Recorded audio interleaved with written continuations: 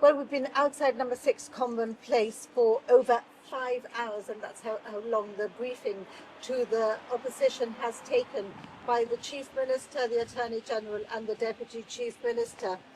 In his letter to the Chief Minister accepting the briefing, the opposition leader highlighted the fact that he has been disadvantaged because he hadn't seen the treaty text, but now under his arm he has a very, very thick file, which I understand must be the treaty text. Good evening, Mr. Azopardi. Good evening. I have this afternoon been given a copy of the treaty and of the agreement, the draft agreement, and of course an extensive briefing over the last few hours, at least on an overview basis of the provisions. We will, of course, we've been disadvantaged at not having seen a single page of the draft agreement until now. We've had the briefing. We will now consider the agreement. Obviously, I agreed to accept the draft on confidential terms and accept the briefing on confidential terms, except that I will share it with my other colleagues who were not present at the briefing today, and therefore I cannot speak about the detail of it, but certainly we did have an extensive discussion with the government on that draft treaty today. Why did it take so long?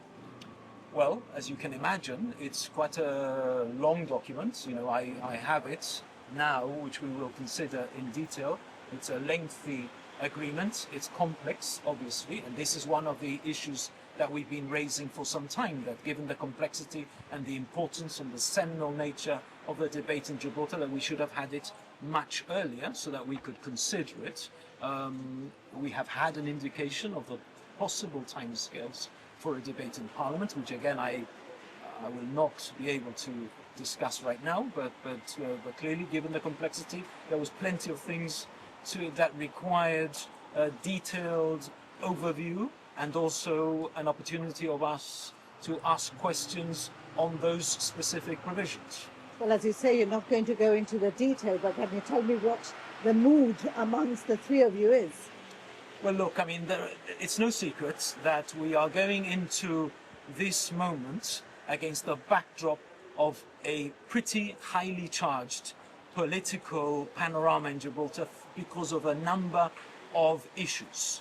It is also clear that we are reaching a seminal moment in the judgment of this draft treaty that has been long in coming, almost 10 years since the Brexit referendum. It's high time that there should be certainty and clarity, and so certainly we welcome the fact that we are reaching the point where there can be publication, where there can be a full evaluation, where people can put it alongside the prospect of no deal, and we can then make that judgment politically and speak about it publicly also to the people of Gibraltar in Parliament. I think that is welcome.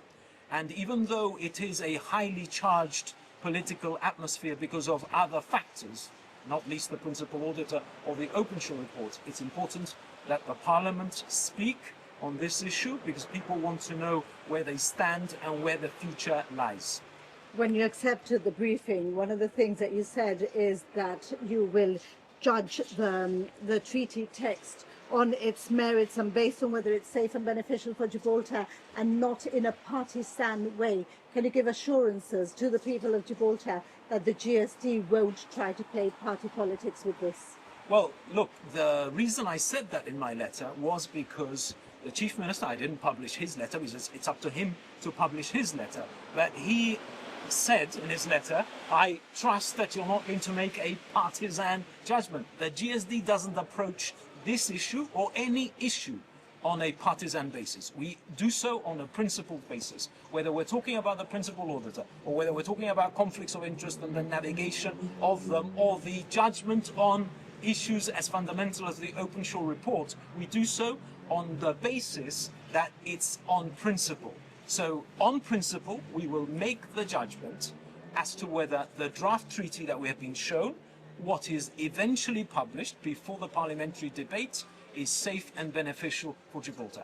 That's always going to be the yardstick that we will apply. We will not do so on a partisan basis, but whether it is in the interests of the people of Gibraltar.